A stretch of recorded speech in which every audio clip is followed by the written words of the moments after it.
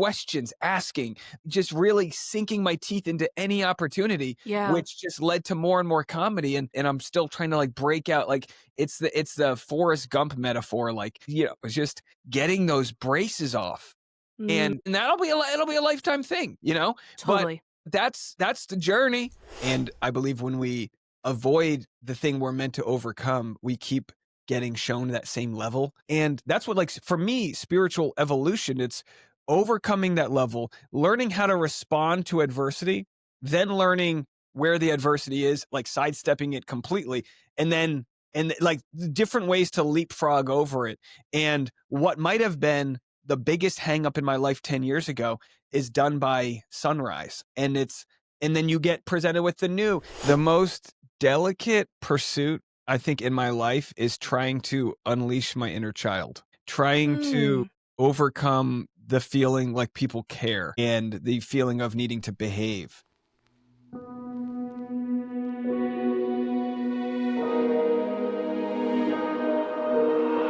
Hey y'all, I'm Reese, and welcome to Making Meaning, a podcast by the Cohere Collective here to help guide you along your path to make meaning in a way that makes sense for you.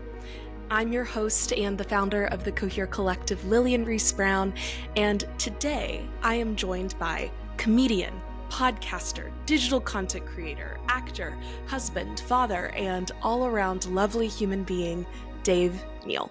In this conversation, we really cover a lot. It was such an expansive and growth-oriented conversation that not only dives into Dave's own relationship with creativity and being a creator, but how that journey in the external career world mirrors the internal journey of self-growth and the familial journey of inner child work and becoming a father. There's really so many layers here, from internal work to connection in relationships to being a creative human being and living in a world that often wants us to be small and manageable and quiet and governable, shall I say.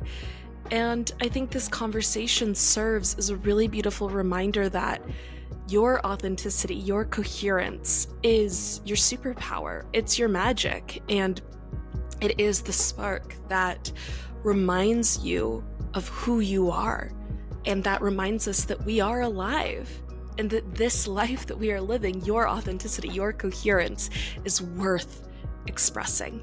I highly recommend you check out Dave Neal and all of his work.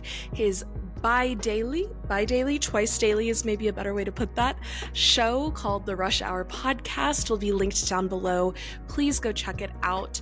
And all of his other work, including live stand-up shows and just a plethora of things that he is doing, will all be linked down below for you to check out and follow along with.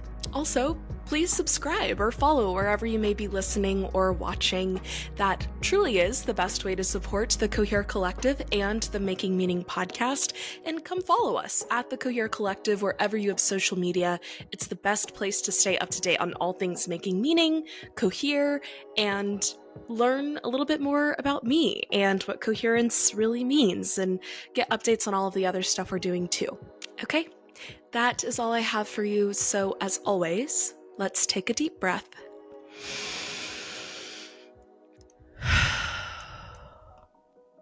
And get started. Well, Dave, thank you so much for being here. First and foremost, I really appreciate your time and coming on. I've been really looking forward to this conversation. Yeah, me too. I'm excited to chat. Yeah, absolutely. So the first question I always like to ask, just to hopefully set a good tone for our conversation, is what is one thing that you're grateful for? Oh my gosh. I gotta go. Boy, it's so cliche to say health, but you don't realize until even if you have like a 1 week of being under the weather, when you're in the podcast game and you got to speak out loud. I had my voice was gone last week, and I was doing stand-up shows like yelling, like barely getting anything Yeah. out.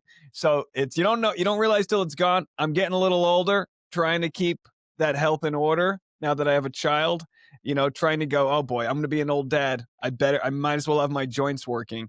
So Right. health, that's it. I'm grateful for grateful for, the fact that my knees don't crack too bad when I bend over. Yeah, absolutely. Well, and I think, cliches are cliche for a reason, right? It's like it's a beautiful thing to be grateful for. And we'll round back to some other things about health and healthcare as well. And it's a good segue into some of those questions. But I did also just want to start with, what is your story? I always like to ask guests that question just because this is what it's all about, right? Your story, everything that brought you to here. I know that's a really big question, but whatever you feel called to speak to in this moment is wonderful. The most delicate pursuit, I think, in my life is trying to unleash my inner child, trying Mm, to overcome the feeling like people care and the feeling of needing to behave.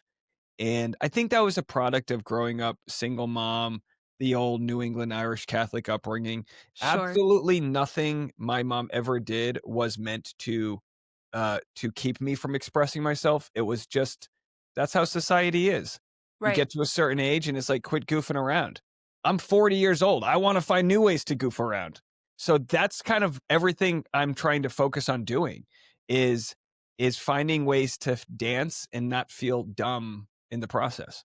Yeah, I love that. That's really beautiful. And I think one, you've already mentioned, but you're a dad, and I think that that is a way that a lot of people. I mean, I'm not a parent. I don't have kids, but I would have to imagine, please correct me if I'm wrong, that that awakens this new dimension of a relationship to your inner child as well. That is, there's this little being that I'm responsible for, that I want to show up for it as my wholest, truest self, but also seeing Augie play and enjoy life, I'm sure is like, wow, I also need to tap back into that.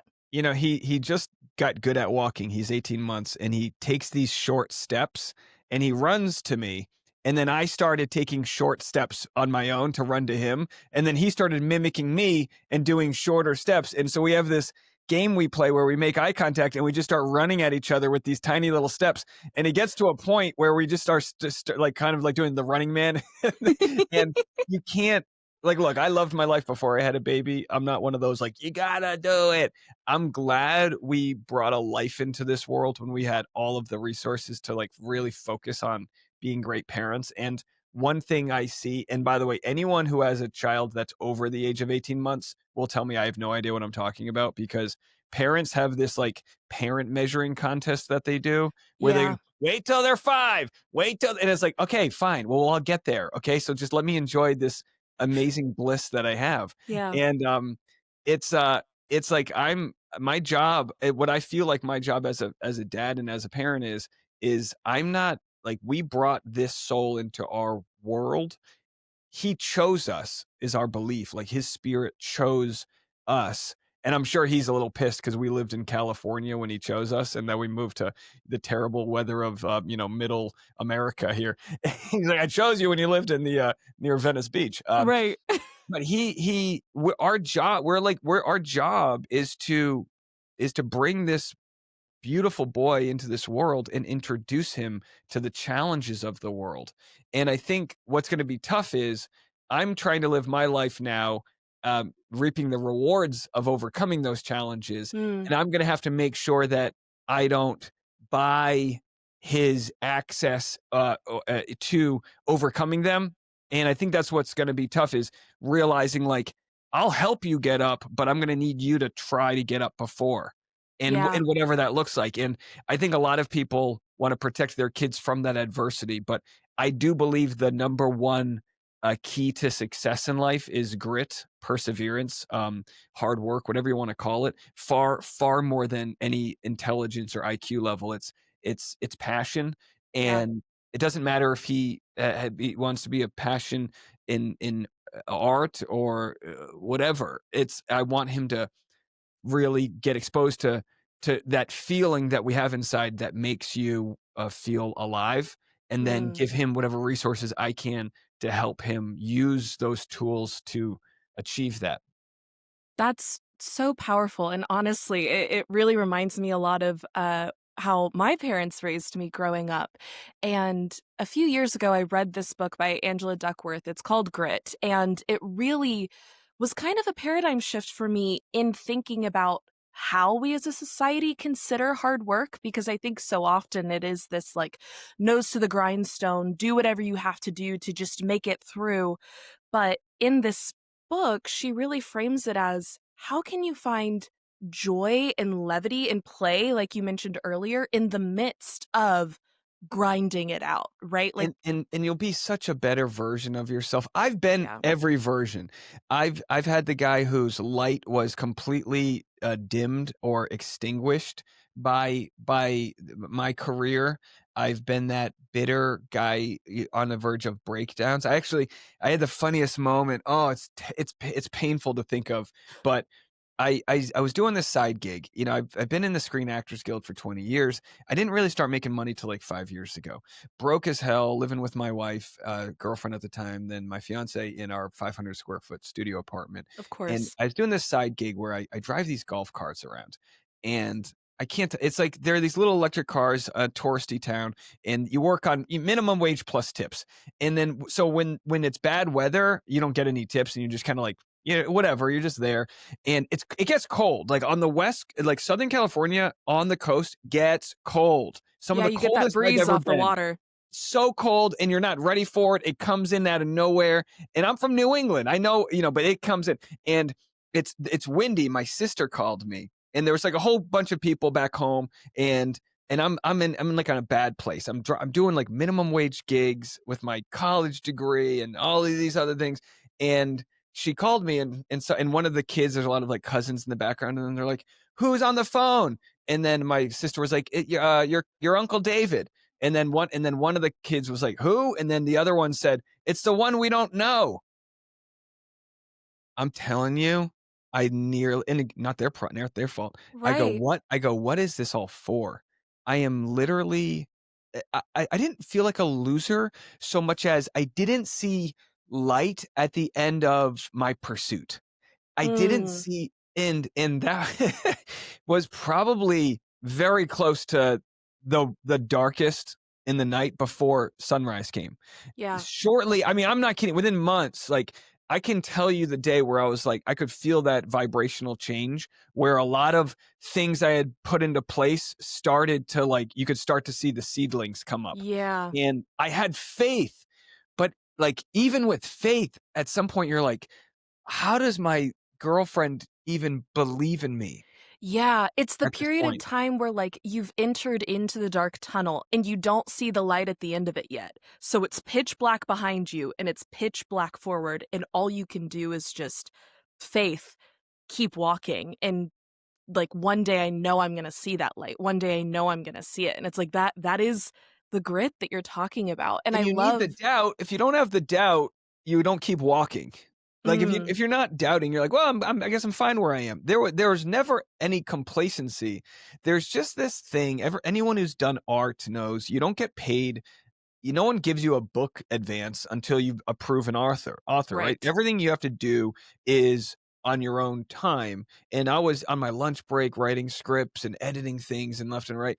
And I mean, I'm not kidding, like watching Mr. Beast videos, because at the time Mr. Beast videos were like handing $100 bill to a waiter. They were like very not as big as they are now, but he was Right. bringing joy to people. And all these YouTubers were making videos about how much money they were making. And I was so aware that if I started to make money having ownership over what I was doing, the phrase "don't rent out your time," I knew that there's so much in return when you do that. But the sort of the trap a lot of people fall into is, did you take the first job out of college? Did you take the first offer? When you did get fired or laid off, did you take the first thing back? And I do think that the world provides us these little opportunities, and they're not always meant to be taken. Sometimes we're meant to say, that's below what I need to do. And other times you take the gig and you learn something. But I think in this minimum wage job, which I ended up getting laid off during the pandemic, when Mm, they called everyone back to the job, they didn't call me back. I was probably so unlikable to them because it was like, no, I didn't want to be a minimum wage right. person. But when I showed up to that job, I gave them the minimum wage version of myself because that's what I wasn't giving them my business degree or my Yeah. artist. I was giving them like whatever. But I think what I learned was even though I had to do what I had to do to pay the bills, I didn't consume myself with jobs that would rob my creativity. I like Mm, protected that so that I could continue to do that until I found an avenue that started to make money. As soon as that happened, it was like all hands on deck. Like we got it. The thing yeah. works, just gasoline on top of it. And it Yeah. really hasn't stopped since then. That's so exciting. And one, congratulations. I seeing the like meteoric rise of your channel in the post like Lively Baldoni situation. It's really been cool to watch. And um I wouldn't use meteoric, but sure. I mean, it rose, I guess. sure. It's But all it's relative, right? yeah, it's all relative, and it's always inspiring to see a success story, right? Even if that success is just finding the thing that makes you like, "Oh, this spark that I felt inside that now is a flame, and I have something to pour gasoline on now, and we're just gonna go." It's just so inspiring. But I do wanna ask you about because, of course, like you said, you've been in SAG for 20 plus years, you're a stand-up comedian. What was the thing that made you realize you were an artist, a creative? I think so many creatives now, we're so lucky to have social media and the internet to be able to have ownership over our time and our creative voice. But what was that first, I think you called it that piece inside of you that makes you feel alive. Do you have a memory of the first time that you felt that? And what gave you the confidence to pursue that? It's a lot of, for me, yeah, the like, I mean, Facebook came out when I was in college, and it was still just like a status update thing. There wasn't the sharing of content that there is now. So the idea that I could get into stand up was not. I was so far out of that reality that it took so many wrong turns and getting lost. Truly getting lost. I was working out of college. I worked in an advertising firm, and my job stunk. It just stunk. And again, I hope the message here isn't me complaining. It's just that when you're not doing something that you're supposed to do, it is so much harder. So much harder. In this job, it was like, ugh, but there was a creative side to the job that other people had that I didn't. And that creative side was the ones that did the design work, and Mhm. they worked on the floor where they had open concept desks because they were the creatives. I was on the business side, which is the soul sucking. It was I was on the wrong team, and I Yeah. became friends with these creative folks. And then one day, even though my job wasn't creative at all, just being exposed to people that had bold ideas. There was like this 48-hour film festival, and we're gonna make a project. We need actors. We need it. And I was like, I want to act. I want to do something. I want to perform. It was my inner child wanting to play Yeah. in a world that was a dress code. You don't get to do that. You Right. didn't go to art school, so you don't get to play. And I think a lot of comedians, the comedian lawyer crossover is big because I think a lot of people get into law, because I could be wrong, but I think they get into law because of the performance aspect, where you're debating, and it's a Totally. sign of IQ, and we learn and we go back and forth, and then they realize that most lawyers, it sucks so much that you go to one open mic and you're like, I'm done. I'm doing the comedy. I can do this in a different world. So for me, I didn't even do that film fest. Something didn't work out, but it was enough to see the email to know that existed, that then they said, all right, well, join this community. And then next thing you know, I'm like on Craigslist taking like Emerson college or university acting gigs. And I didn't have a headshot. I had like a business card, and I Right. was just right for a few of the parts. And then that buddy gets me. And next thing you know, I'm doing, I don't know, stand-in and background work, and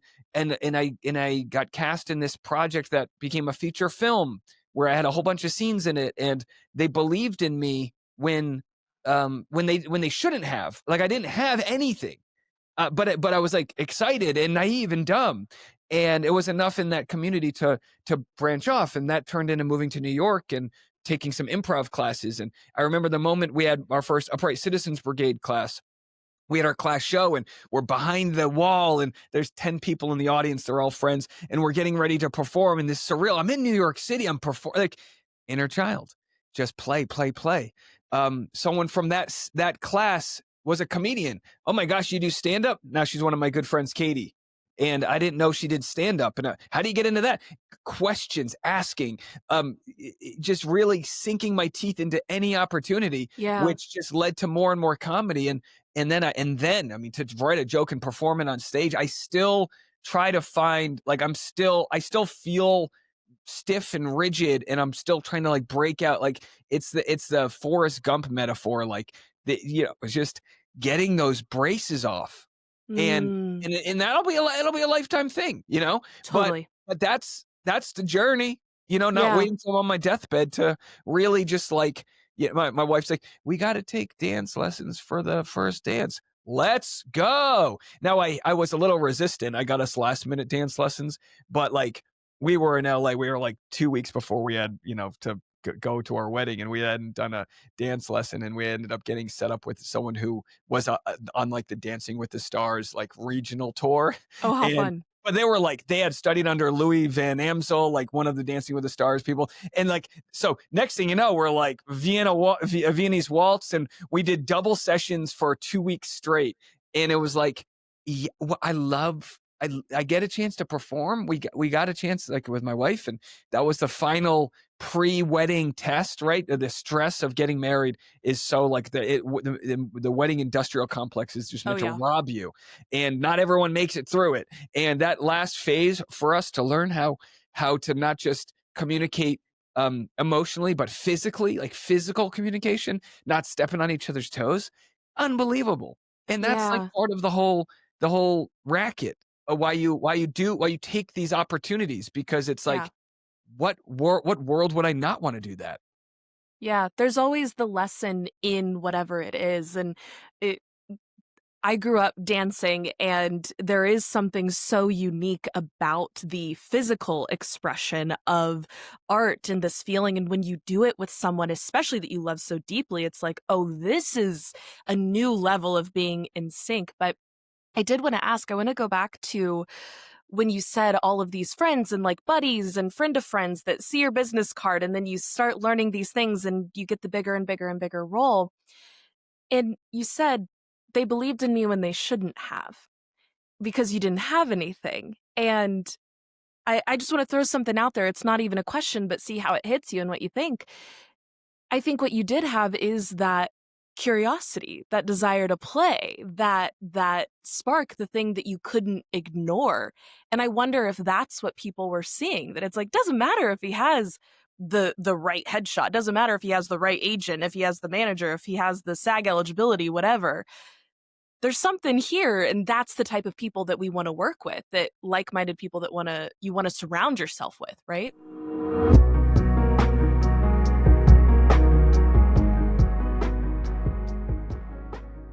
Hello, everyone. It's Reese, just briefly interrupting this wonderful conversation with Dave to ask you how you're enjoying it. And let me know in the comments down below.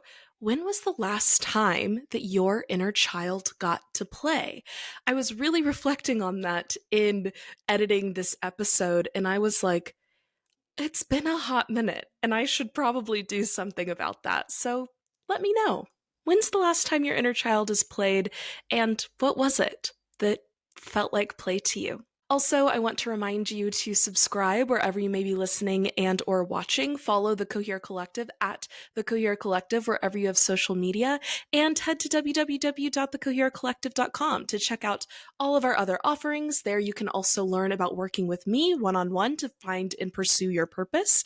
And I think that's all I have for you. Let's jump back into the episode.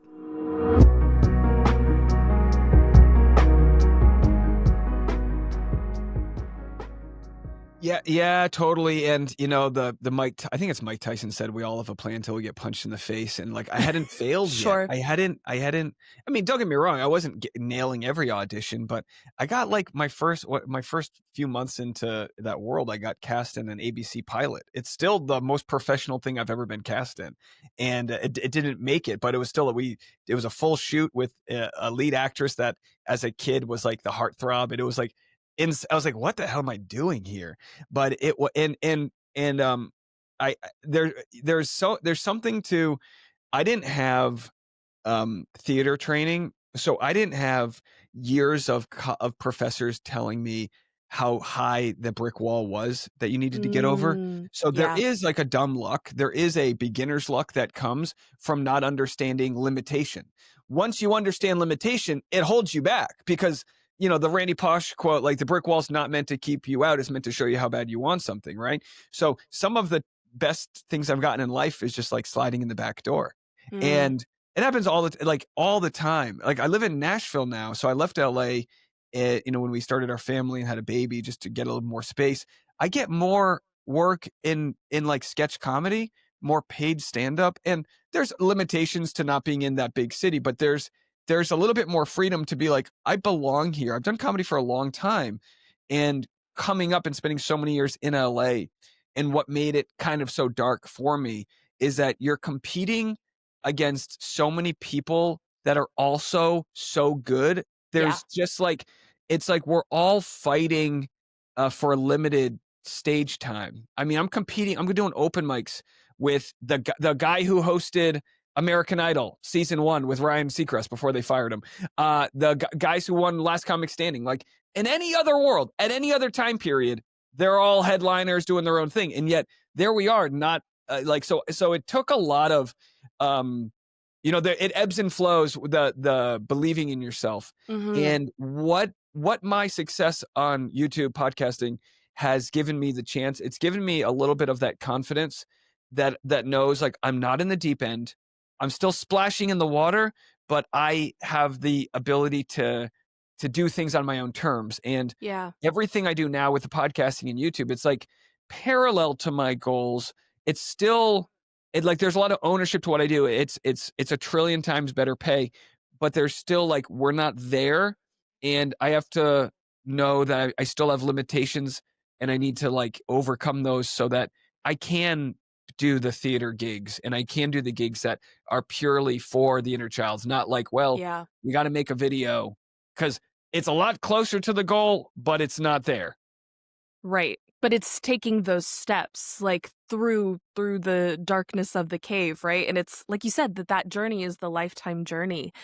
One thing that I did want to ask about, because like you said, this journey of unleashing your inner child and that just kind of being this driving force in your life, I am really fascinated with your shift into political commentary. I completely agree with your ethos that it's deeply important that we're talking about these things, but to start as a bachelor in entertainment commentary channel and now to be doing something that you got a little bit of lashback for from your community. And of course, we know Bachelor Nation can be a bit conservative and all of that good stuff, but The people don't like me? What? I turned off the comments. This is the first I've heard it. what? But what was it that really pushed you into the need to talk about it? Because I know for me, I have people who love me dearly and support my work that are like, don't touch it. Don't touch it. It's going to do nothing but blow up and make people angry. And I'm like, so what? I have to stay true to that. And I have to be speaking about these things that matter. So talk to me about that choice for you. And even though, I was yeah. radicalized by Bernie Sanders. Oh, hell yeah. That old Brooklynite got to me. Yeah, I never had any principles of like, well, we separate these conversations. It was a lack of knowledge. Nothing I ever did in my life, I felt like I never felt that politics mattered. I Mm, couldn't, if someone was like, Dave, you voted for George Bush, I don't even know who I voted for in college, if I did. I don't remember voting till like Obama in New York. which was funny because I remember walking back to my apartment in Harlem, and I remember like this black dude rolls his windows down and he's like, "Obama won, F you." Like, and I was like, "Hey, I voted for the guy." You're like, I'm it was, excited. he was just like excited, and he just saw me walking. But it was like and in New York City's amazing, and so you can feel the magic of like movements and this idea of the big politics. It's like I covered Bachelor because of this social dynamic, because I enjoy humanity and Right. love and seeing people fall in love or say the wrong thing and fall out of it in the fights. Like I covered it because it It's was fascinating. it was a simple common denominator, the number one water cooler show that covers all of that. So that made perfect sense. My shift into other things is really the same framework, which is if like as a comedian, you're supposed to tell the truth, right? If I have a take like, oh man, like, I got this joke about love is blind, and I'm like, I don't think it is. Like, I have a strong premise about why love's not blind. And it's like, if you believe it, talk about it and, make it funny and all of that. Patrice O'Neill, the late great Patrice O'Neill, is a comedian, and he says, if you're not walking half the room, you're not doing it right. Now, maybe, I've never walked half the room. I'm not like really, that, but in politics, you risk the chance to, if you take an opinion. I'm telling you what, I do comedy in one of the reddest states now, and I have a hard time finding somebody that like is upset with my opinions. Mm, We do get triggered by the left versus right. It's so simple to like, it's so simple for people to say, I'm pro-life. I don't want to, that's it. And like, I've got family members that they don't dive deeper into that. right. And now you're seeing like the Pope who's like, listen, pro-life doesn't end just on conception. Like there's a lot of other things you got to do. And I think that's the point with a lot of people that have my shared beliefs, which is like living in a system that spreads out the wealth to a point where the basement's not as dark, and the basement being like affordable, basic minimum wages Right. that people can live off of. Like we're talking reasonable stuff. Like this art was just sold. I covered this on my show yesterday. This art piece just sold for $236 million. That person's not paying enough in taxes. It wasn't even a Monet. It was like a weird piece of art. They're just doing it to money launder. Like the excesses, and Yeah. everybody agrees with that. Whether they know it or not, it can be described in ways that everyone agrees with. So there's a ton that's wrong with the Democratic Party. The majority of them take money from sources where they're not looking out for people's interests, and they've learned that people would rather vote for Trump, someone that they know of, and what regardless of what their opinions, they rather voted for him. He won the popular vote. Even if he didn't win the popular vote, the symptom was big enough that people weren't being listened to. The Right. fact that unions no longer support the Democratic Party, do some work on that. And I'm interviewing Dr. Annie in South Carolina, running for office. She's a pediatrician. She's an expert in childhood care. Those are the voices we need. Totally. Experts. Not experts because for any other reason than they put the time in, they're well respected, they're vetted in their communities. Yes. And whether you're that or an oyster fisherman who like knows his people because he's up at dawn and works with the God-given world around him, or someone like Zohran Mamdani who's an immigrant who sees all of the real issues that New Yorkers face with affordability. Like these are such common things that Trump spoke to but didn't deliver on. Yeah. He goes, I'll drain the swamp because I know him. He just replaced the parts. Yes. So talking about it's not hard. And for those that do have a problem with it, I have to give them permission to exit the conversation. Yeah. And so many people, my peers, are afraid to talk about it because that exit is loud. They'll let you know. They'll let you know that they're leaving. And I just try to focus on those that have stayed. And mind you, I haven't had a ripple of a loss in my audience. I just keep on growing. So you have to be okay with like I look at the Mormon Wives, the show, real. Oh yeah. They're all have these terrible mental health issues for a lot of different reasons, but a lot of it is they all get hate. They all get hate and shame because their religion, they have like this high purity test, and no one can live up to it. Right. And you got Whitney, she's like seemingly like everyone hates her. And my like advice I would give her is that if a million people are exposed to you, and even if 900,000 of them hate you, maybe 100,000 love you. Like you have to, I look at it like if you're mining for gold, you could have a whole beach of sand, but that sand, there's gold in there, and if you can find that gold, that's yours. Just ignore the rest. So for Yeah. me, I couldn't be the I couldn't be the best version of myself for a lot of the haters. Like I'll always be whatever version they want me to be. And I heard this like saying, and I love it, that it's like, if you think I'm an asshole or if you think I'm a great guy, you probably got the version of me you deserved. Not Mm, always. Sometimes you're having a bad day, but a lot of times someone sure. wants to leave me a rude comment. Man, I'm going to give you the shittiest version of me. And again, I know an eye for an eye makes the whole world blind, but sometimes I give people a taste of what they sound like and they go, oh, he's absolutely crazy. He can't. And I was like, no, I literally just turned the mirror on you. And I I was about to know, say it's mirror. and I know I'm not unreasonable because if I did that live in a stand-up show, the rest of the room's cheering for me. Like, Exactly. when you've flown too close to the sun, and not all comedians are good at this, but I think we battle test and sample our attitudes on a stage in front of our peers. And if you're unlikable and you don't bring the jokes and and you're mean to somebody for the wrong reason, you lose the room and you can never get them back. That set Yep, is they're over. gone. And so anyway, so like I don't have a problem with it. I try for my own sanity. I try not to engage with too many people, but once in a Yeah. while, someone might have a gripe and they seem reasonable, and I'll give them a response. Yeah, you have to kind of measure which ones are like, okay, there's a real question in there somewhere that I can maybe have an intellectual dialogue with, and then the other ones that are just like complete ad hominem, you suck. It's like, okay, well, we're not gaining any ground there. But I completely agree. When you step into your authenticity, you're never going to be everyone's cup of tea, but you magnetize yourself like the same way a magnet has the north and south poles. You're going to push away the people that do not vibe with what you're putting out, but they weren't meant to be there anyways.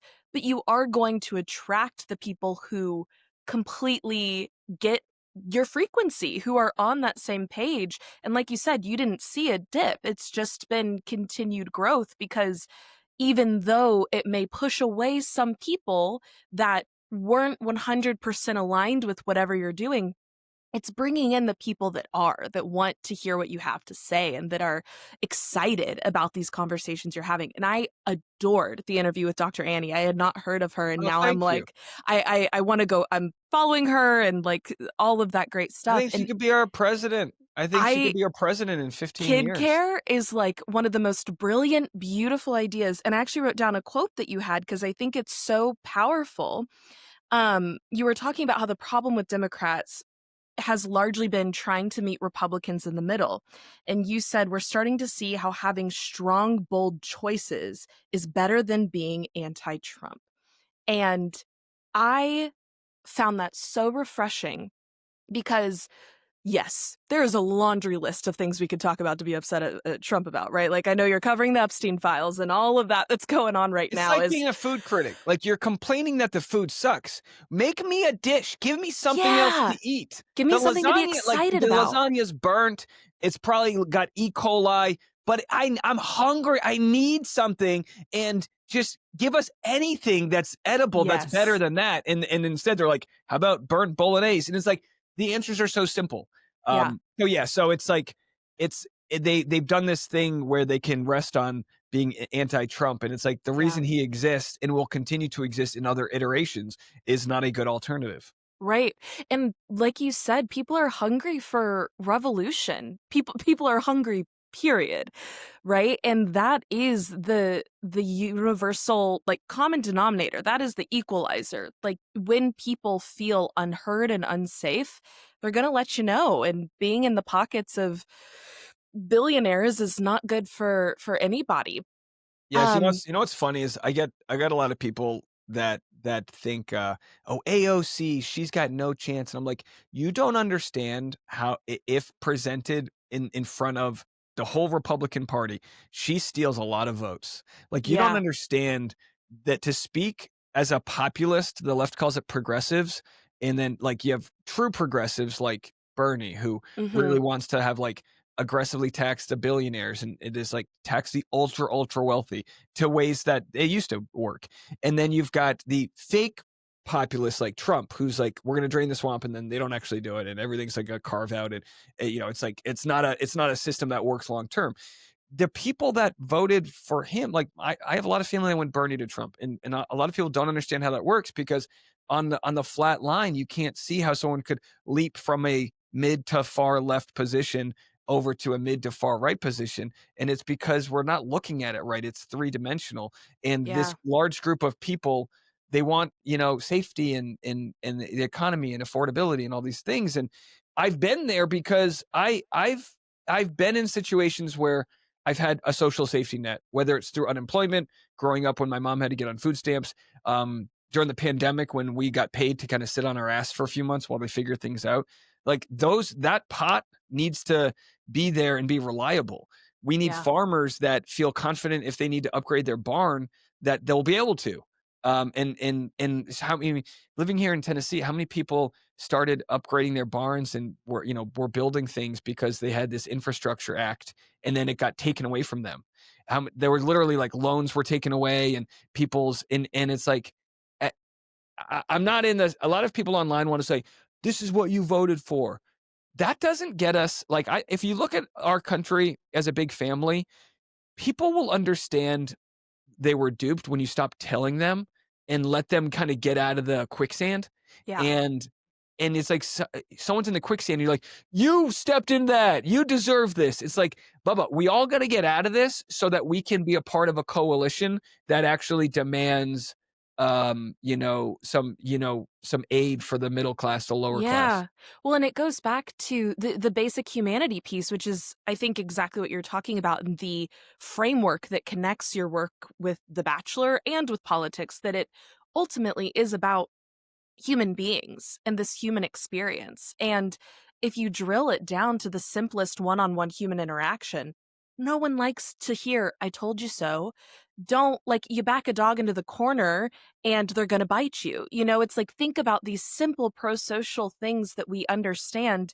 And there's this difficulty in expanding those out to this higher level. But I absolutely agree with you. That's like, let's take a pause and really assess what it is that people are yearning for in this. And I just love the push that you've had in your content to be about that underlying cause, that underlying humanity. And what what do you think it is that tapped you into that? Because of course I'm obsessed with these big questions. Like what is that underlying root I that think I'm unites just us as all? I think I'm just as oriented. I have an uncle who's a priest. I have a family that's very religious, and I could call them tomorrow and be like, "Hey, 200 bishops, 200 archbishops all just said what ICE is doing is wrong." They'd go, "Well, blah, blah, blah." Like there's it's so when you see how strong the resistance like certain people just have their radios in their car tuned to a frequency, Yeah. and that frequency of hate and fear takes a while to deprogram. It really does. And that's okay. Like that's okay. It's as much as we would like some political leader to have a speech tomorrow that changes everybody's Right. minds, that's not always going to happen. And the find out stage of FAFO right now is a time that's important, like Thanksgiving. Yeah. Thanksgiving's one of my favorite holidays because it's we're just going to say what we're grateful for, and don't forget the meaning of that. Like what's with this gratitude? Like where are we today? We're with our families. Like the things that really matter.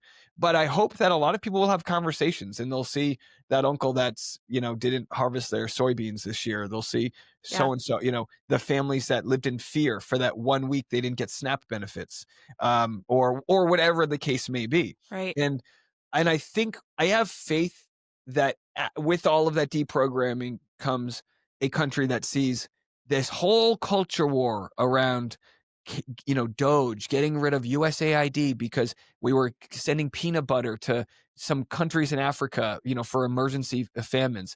We were getting so upset about that. We didn't get a dollar back when it was all cut. The person in charge of it just became a trillionaire. And I think people really will understand this. And, it's a lot to tie in. Like the Epstein files are about so many different things. But Totally. when it all comes together, you start to see the picture getting painted. That's like, at some point, the curtain does get exposed on The Wizard of Oz, and you see a exploitative billionaire from Queens, New York, who doesn't care what's happening to your kids in Alabama. Yeah. And at that point, every single person whose mind is shifted, you never see the polling go back. Trump will never get the toothpaste back in the tube. But like I said, he's serving up some shitty, sloppy Joe. Who is going to serve something better? And a lot of that's happening. We're seeing it pop up in different ways. James Yeah. Tallarico is the perfect Christian alternative to the fear, because Yeah. he's saying, this is what God actually said. This is why he believes in separation of church and state. He has walked that walk, and he can speak to those people in that way. That's why Dr. Yes. Andy can speak about why the medicine's so important, that we bring faith back into that. So all of these people are emerging, and yet the Democratic Party, the leadership, still didn't want Zohran Mamdani. They Yep. still, so they're whether it's Democrat, Republican, old guard, right? Old guard is going Yes. to do old guard things. Bernie Sanders would have been president if he might have had 6 more months. He was surging when Hillary Clinton had already locked down all of her delegates, and he was on top. And that was the answer. And that Yeah. radical, bold ideas that, why does a banker who pushes numbers around in New York City, why is he worth $1,700 an hour when a farmer working with their hands and knees and bleeding, why is that? We're never we're never worth as much or as little as these pay discrepancies are. Now Yes. but that doesn't mean everybody gets 30 an hour, that's it, no matter what you do. No. You could if the minimum wage is raised to a livable place where you don't need 17 jobs, you inject that money back into the economy. You still work hard, because Yeah. everyone I prayed and prayed and prayed for opportunity to have a job that paid me enough money to continue doing stand-up. Yes. All I wanted for my YouTube, my break even, was so low about 8 months into the pandemic. So I've been laid off for 8 months, not 8 or 9 months.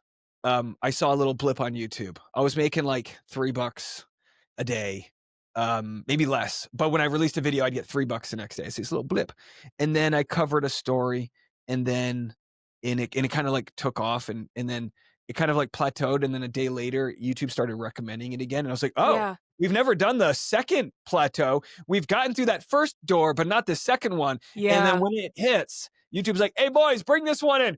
And then next thing you know, it's like, whoa.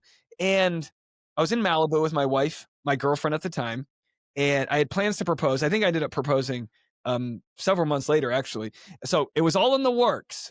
And I'm in Malibu, and I was like, yeah, internet's really bad on the beach.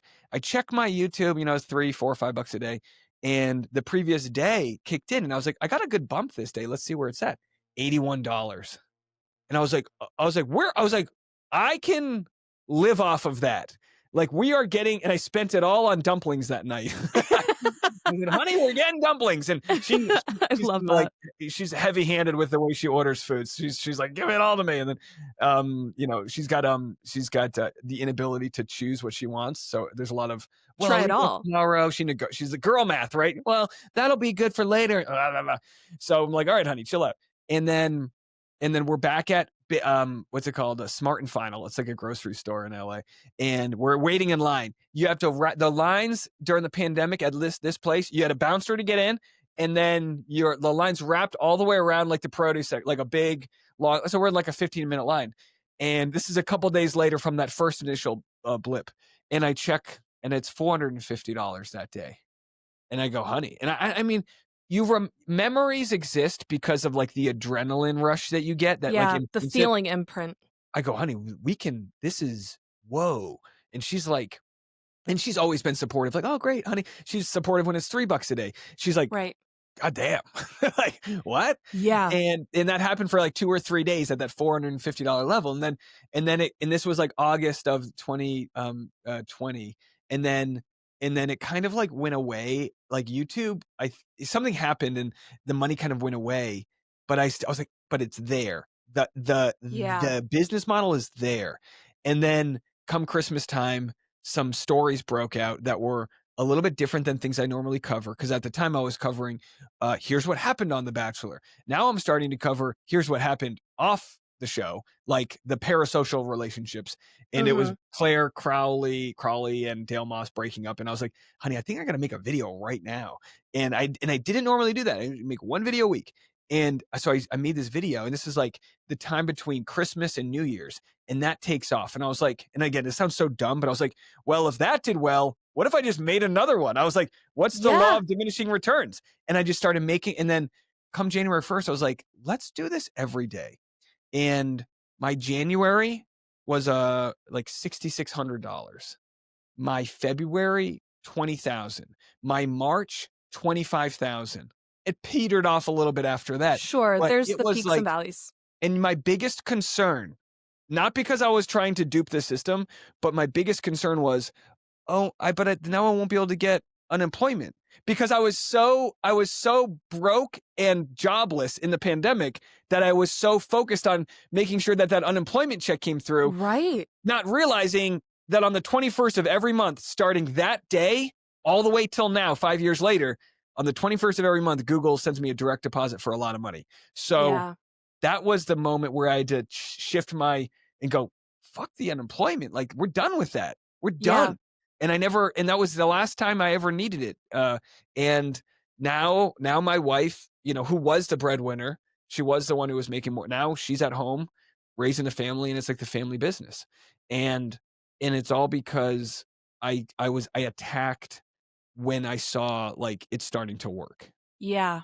Yeah, exactly like you said earlier, like, "Oh, the spark is now a flame, pour all the gasoline on it that we can." Like, find what works and replicate it. Every tool that I had, bring it in.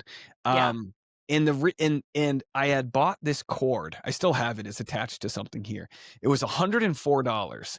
It was the cord that connected my nice camera to my computer. This cord made it so that I didn't have to have a memory card that I shot something and then put it on the computer, so I could see what I was doing, hit play, and that my wife and God bless her, she's like, "Do you need 100 and" it's a cord, but it was a special Right, cord. It was right.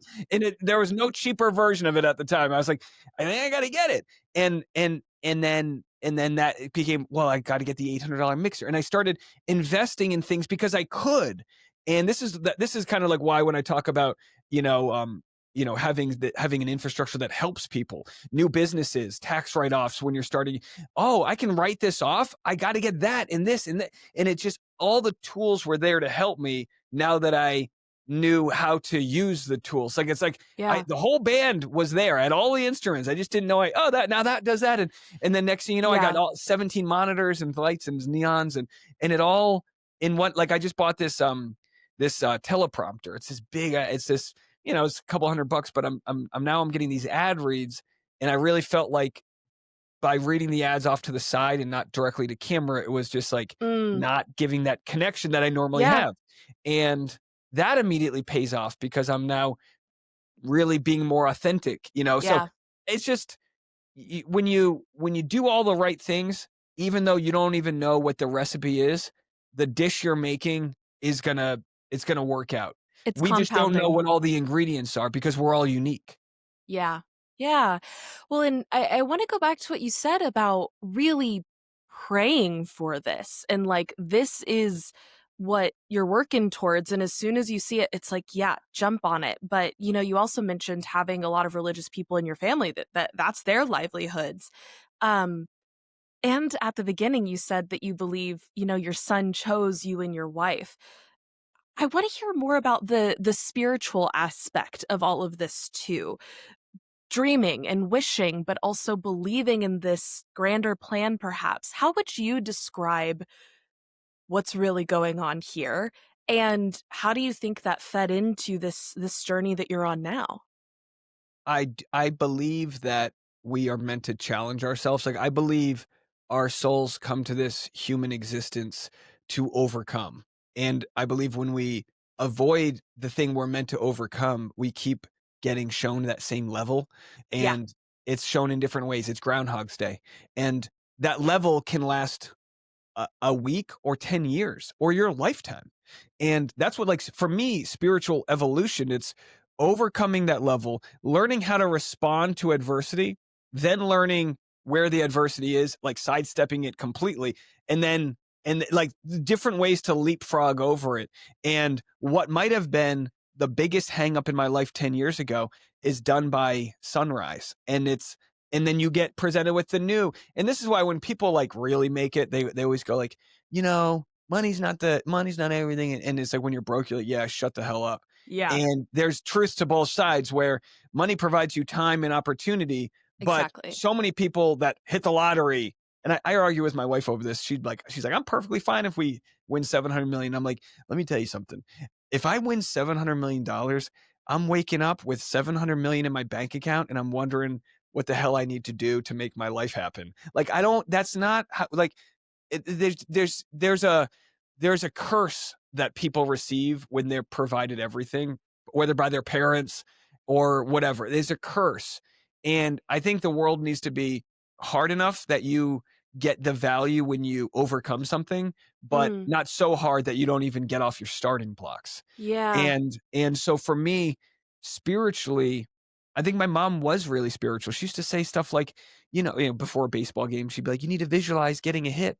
And I'm like, "Mom, what are you talking? I need to take batting practice." Like, what do you, and it's Yeah. like, you need to do batting practice and you need to visualize. Right. You need muscle memory, so your brain can properly execute the commands that the soul wants it to do. You need you in there's a book. It's not. I'm trying to remember what it's called. Not the. It's about healthy habits, and it's a book about you. Your muscle memory is you harden the neural pathways, so you make these super tunnels that are direct connections between what you need to do. And that's Mhm. why when you see a pro baseball player take a curveball to the opposite field and they have a split second to change the whole physics of their swing in order to succeed, it's because they have been in this situation time and again. Tom Brady wasn't a student of nonstop studying his opponents. He knew the defense better than they knew it. He knew where they were going to go based on the color of their knuckles, because when they had their knuckles down hard, it meant they were going to attack, versus when they were soft, it meant they were going to pull back into a different coverage. Like, these are the things that no one else would know if they hadn't spent years learning that. And as a comedian, Right. you learn about the energy of the room in a lot of cases before you get on stage. Oh, And yeah. it's still hard because it's still so many variables, right? So for me, I try to tap into the spirituality, and I try to avoid the religion, because Mhm. religion has failed me and so many people in so many ways. And I'm not an anti-religion guy. I had it easy. I had New England Catholicism. Show up or don't. They don't care. I didn't have Southern purity culture. I didn't have evangelical, like, we got to wear t-shirts in the pool. So I didn't have any of that. We had it I really, and maybe women had it differently, but like, dude, growing up, insulated, not a big deal. My father, my stepdad, very conservative, very Catholic. And I think he's a product of what worked for that generation. And I think now it's like, go to church, do whatever the hell you want to do. But if a church is preaching something that like completely contradicts what Jesus' message was, which is to help the poor, in all of the other ways that we help humanity out, if I have no problem calling that out. Yeah. And I'm glad to see real Christians do that. And Yeah. people like Zoran Mamdani, like, he's not a Christian, and yet he does more Jesus Christ-like things and has pledged to do more Jesus Christ-like things than so many people that put the cross on and say, "You know what? I'm pro-life, so I'll take the rest of the week off." Like, Yeah. and then, like, me, I'm just going, "Well, that's bullshit." You all sold me on this, like, moral direction, and now I feel like I'm like, "Hey, I thought we were protecting the First Amendment. I thought we were all about taxing the rich and doing this." And now all of a sudden, because you're on the winning side, you're like, "No, for whatever." So Yeah. It's calling out people that aren't living up to whatever they claim to be, I guess. Yeah, absolutely. Well, and as a Texan, you mentioned James Talarico earlier, and I don't consider myself a Christian, but was certainly raised that's the water we swim in, one in the United States, but especially in Southern Baptist Texas. Um, and it is so refreshing to see people that are like reading the red text in the Bible and saying, okay, what did Jesus actually say? What are the things that we're actually going to implement here? And it makes me have this like change in how I hold myself that it's like, sure, I don't consider myself religious anymore, but I'm proud that there are people that are fighting for the good that can be found in these sacred texts and in these sacred moments. Um, You know what you find a lot of in Christianity is you find a lot of, well-meaning people, but that shirt is tucked in so tight, those dress boots are laced up, and it's like, and then on the other end, it's kind of like on the Titanic, right? Yeah, the socioeconomic level. yeah, Like, what do you want to do? You want to dress up like all of the stuffy people, or you want to go dance with the Irish? And Kate Winslet wanted to go dance with the Irish. She yeah. was shackled by this like Letting identity her of who inner you knew. child play by It, dancing with the Irish. yeah, and that's what it all is, right? So I get into acting. I get into stand up. I'm at a gay bar or just a normal bar that and people express their Yeah, sexuality yeah, and you see so much of gay is supposed to be happy, right? It is like the court jester or Shakespeare. It's play. yeah, And for whatever reason, a lot of the gay community can play. yeah. And a lot of and again, I know I'm generalizing, so people go, "No, that's not true." There's plenty of, like, straight churches where sure, okay, but I'm coming from, like, the stiff Catholic church where, like, the incense comes and you Yeah, yeah, bend your yeah. knee and, like, "Well, peace be with to you," and it's like, "Okay, fine. Yeah, sure, great." But, like, dance, play, laugh, be Yeah. merry, and the gay community, like, was a welcoming home to that. So, like, it was so great when I moved to New York City and I'm, like, living in a Dominican neighborhood, and the energy there was like Friday nights, the trunk of the cars popped open, music's blasting, people are laughing. It was so vibrant. And then Yeah. you go and then you take the one train down and you're right there in Chelsea, and it's like I grew up in a very quiet suburban world, and I just craved that music because it does allow you to kind of dip into it and not feel like the security cameras are on you. Right. Yeah, absolutely. And I'm like, that's the joy of humanity, of human experience, right? It's experiencing all of the dimensions of what it means to be here in this life. And that's what needs to be protected by all of these other things that we're talking about in a more governance sphere. And I completely agree. There is a certain level of like acceptance it because of the freedom that certain minority groups have had to curate and generate for themselves in community. And it's so beautiful. I also want to ask, when did you first kind of land on the language of letting your inner child play? Because I know that like inner child work and shadow work has recently become more popular in like self-development, self-help, and spiritually spheres. But when was that click for you? That's a good question, and I don't know, but I do know when I was in college, there was, like, The Secret was popular, Yeah, and I felt like I needed evidence of the law of attraction. I totally. needed a little bit more science involved, and I think I got that from Wayne Dyer, his Power of Intention. He explained that, like, we are all kind of like a light tower, Yeah. where we give off we're like a radio tower. We give off this energy and we'll get whatever back we give out. And that for me, I've just been aware, and maybe it was brought more to light by being on stage that I'll look back on and I'll kind of feel unlikable if I don't walk on stage with a smile. And I just have to remind myself maybe my like base neutral, it doesn't feel welcoming, and present to the world this positivity, and then they lighten up. And that's like you're a single guy, you walk into a bar, smile, come on, like have fun, laugh. What are you laughing about? Doesn't matter. Just it's great, we're having fun. Like be like there are ways to sort of fabricate it, fake it till you make it, so that you can kind of get going. My audience I have my private community, and I'll be, like, having a bad day, and then when I hit record, I try to just, like, bring some better energy because I do not need to pull anybody down, Yeah. you know?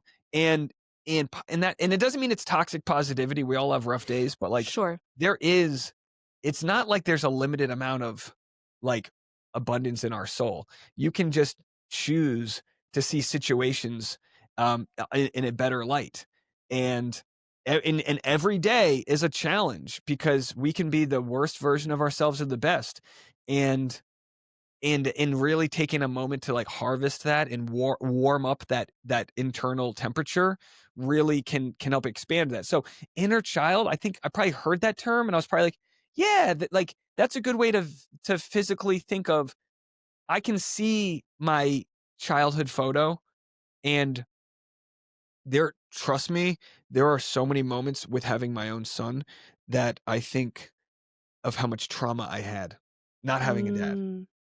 Mm, Just natural stuff, like, sure. I can, like, carry him into the shower, and then I can, like, hold him and, like, wash him, and there was one time when he, like, fell asleep he was so tired, he, like, fell asleep in the shower. I was like, "Honey, look at this." And and then I think, like, "Oh my gosh," like, it might sound crazy, but, like, I never had a dad, so I didn't even know what my body would look like when I got older versus having a son now who gets to have all of the abundance. And there's a comedian I like, Robert Kelly. He had like a couple and my stepdad's great, but I was like, I was developed. My inner child was kind of already a lonely kid by that point. And Robert Kelly, his therapist, would say, "Hey, look, here's the deal. You don't get to have a father, you get to be a father." And I Mm, can apply the lessons I've learned from my stepdad and other men in my life, and I can try to apply that to my son to be something he can look up to, and also all of the other things that come with it. I think my parents' generation did the best they could. I always say everyone tries the best with the information they have. absolutely. They had like a pamphlet, and we have the internet. So I'll scroll dad talk, and in 1 minute, I'll get better advice than they ever got in their entire lives. Yeah. And you see, like, the best advice is always, like, encouragement and letting them know you see them Yeah. for their effort. And, there's a reason why you're not, like, trying to, judge a seven-year-old by whether they scored the goal or not, because you're not gonna score the goals all the time in life. Like, my adult life has been a majority failure, and yet I'm doing okay now. Yeah. So all of those lessons, um and again, we're he's still a baby, but, like, all of those lessons, I look forward to the moments where I can try to apply them in ways that teaches those values to him, which is gonna be Yeah. tough because, like, I'm gonna want to shower him with money and opportunity, and I'm just gonna have to, that's the codependent, like, all we wanna do is be like, "Oh, you need that? Here you go." And it's like, okay, that you gotta teach them the skills, not just provide them the outcome. Right. Absolutely. I just in that encapsulation of this, I'm just also so much hearing the way that this gift of being a father is not just being a father to your little one, but it's also practicing what it would have been like to be a father to yourself, right? There's this really beautiful, like, healing that it sounds like Well, let happens me tell you there. something, you don't even know your wounds until sometimes they emerge, and Yeah. it's almost like expelling, like, a sickness. You're just like, and I'm not talking like, I don't know if I've had an experience where I've, like, had, like, a shudder cry, but I do remember, um, my mother-son dance on my wedding. My mom Mm, had that. Just just lost it. yeah. And she's always this was so funny, it's always embarrassing, but, every Thanksgiving, she's the one who's gonna cry, and she's always been good at sharing her gratitude for everything, but when I was young, she left my father when she was pregnant with me, so she has tremendous guilt for a lot of those life choices. James Sure. Tallarico was just on a podcast talking about how his mom left, his abusive father when he was just a baby, and that I see our parents that are there and those that weren't. I see that they all tried their best. I have, like, nothing but love for my biological father. He passed away. He was a Vietnam vet. He was rejected by society. He was sick from Agent Orange, which messes up your brain. He Yeah. had all of these issues at an age where I was playing baseball with my friends. So, like, Yeah. I have so much empathy for that. And part of, when you talk about, like, why talk politics? It's like, because there's nobody in office who would put their kid into a situation that they're letting happen, whether it be the war they're trying to start in Venezuela, or bombing someone. And, so it's about, like, it's about knowing what's right and wrong. And with my son, exposing myself to how like lonely my inner child was. Every feeling I have now, even when I'm in tears, it's gratitude. Yeah. It's like I already had everything I wanted in life, and it's still an expanding, unwrapped layer of new moments of gratitude. With Yeah. my son, like, he's about to wake up from his nap, and I'm gonna open that door, and it makes this little creaky noise. I could fix that creaky noise, but when that creaky noise, Dad, yeah, he turns around, he patters over to me, like, we had these little child locks. He broke them from shaking the door down. Like, that's a kid who wants to hang out with me. Yeah. Like, that's you can't. There's no $236 million painting that can buy that. Yeah. Yeah. Wow.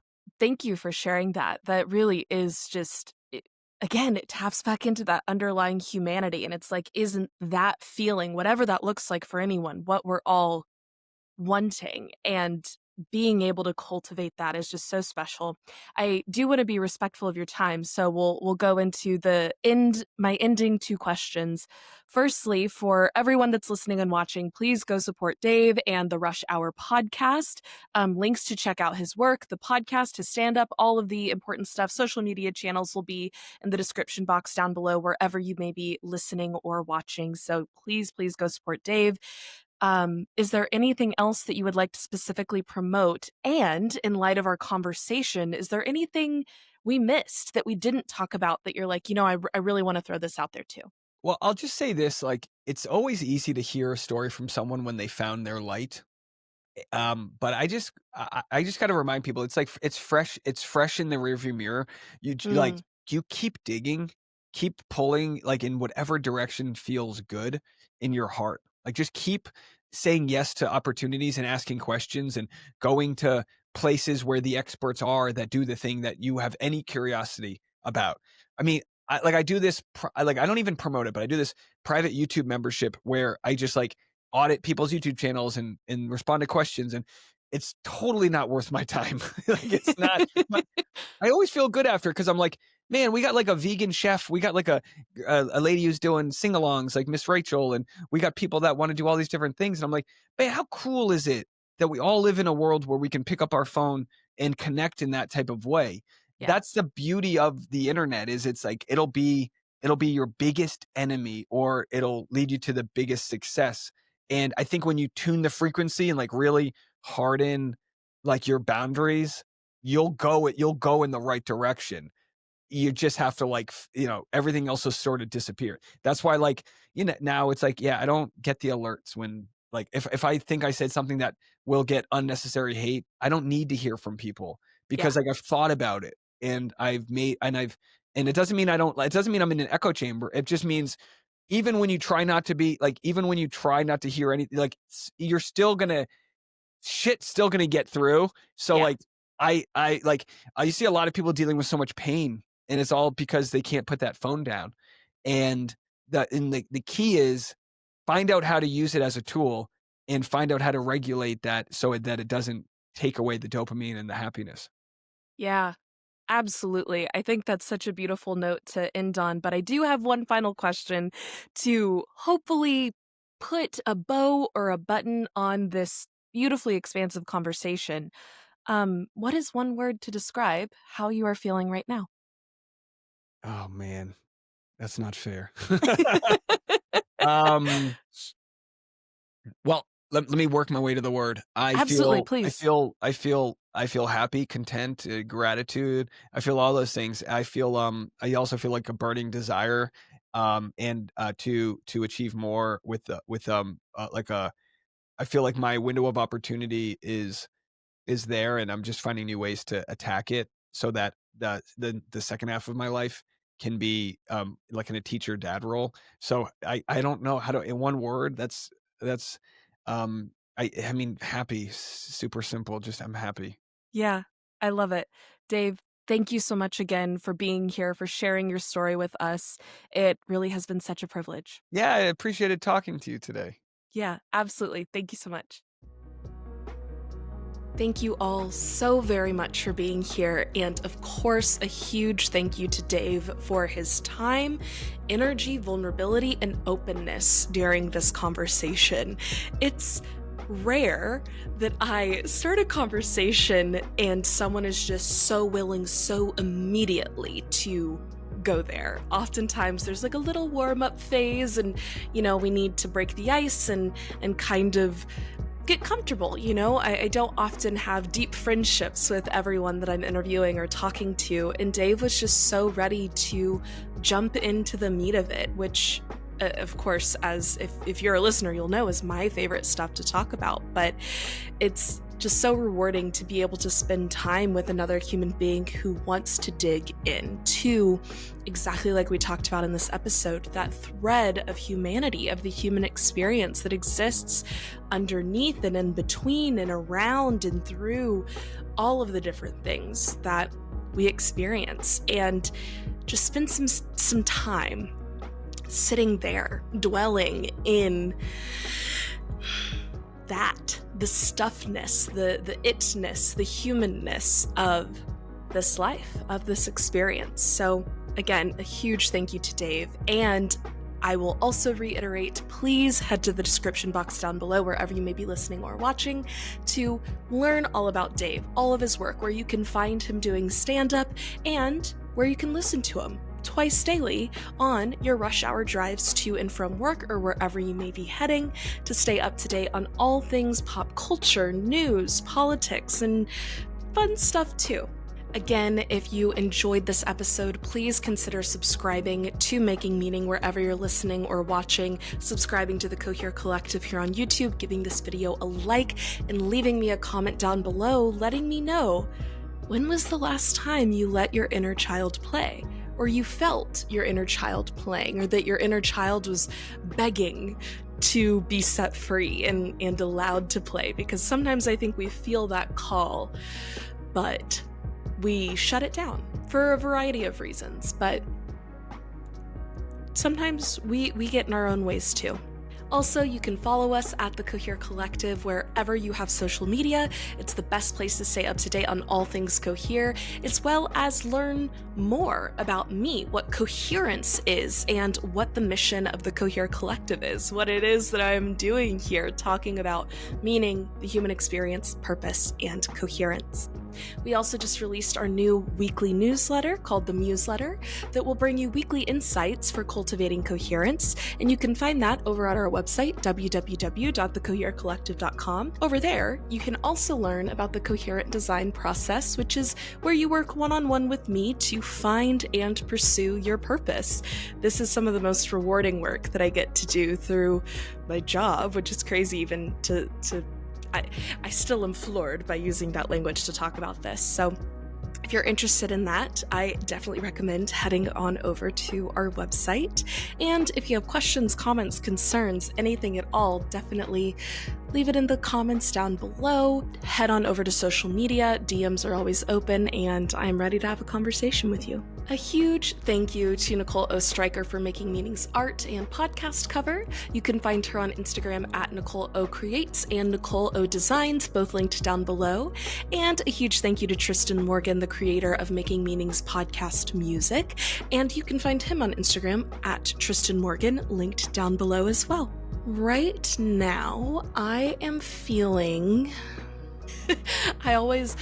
every time I ask guests for one word, I know what a difficult question it is, and that's why I always force myself to do this at the end of every episode. I'm trying to keep myself honest by saying one question of how I feel here in this moment, ending this episode, and I'm having trouble coming up with one singular word for how I feel right now. So I'm feeling like I'm getting back into the swing of things. Hopefully one word will come to me, but This last week I was traveling for Thanksgiving, which was absolutely lovely. I got to spend a lot of great time with my family and relaxing and reading, which I feel like I haven't done in ages, even though I say I read every night before bed. How often does that actually happen?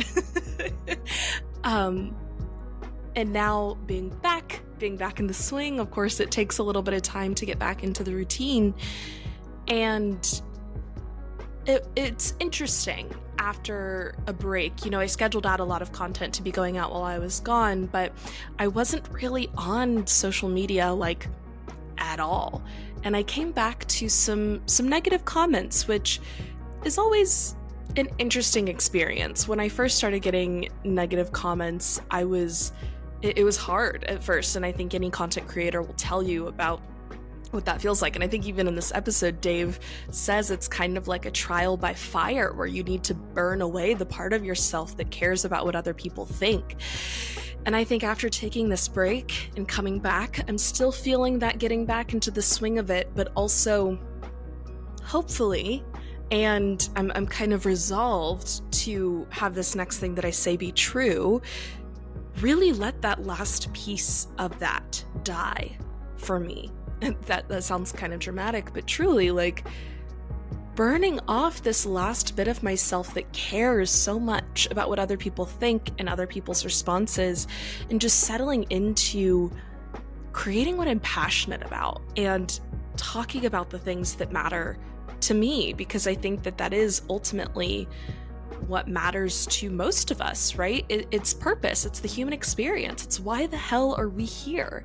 And the more that I find myself really speaking to the truth of my experience, the more that, again, like we talk about in the episode, it magnetizes the right people to you and it'll push the wrong people away. But in that process, of course, there's some growing pains. So yeah, maybe growing pains is a good word for it. Maybe burning. Ooh.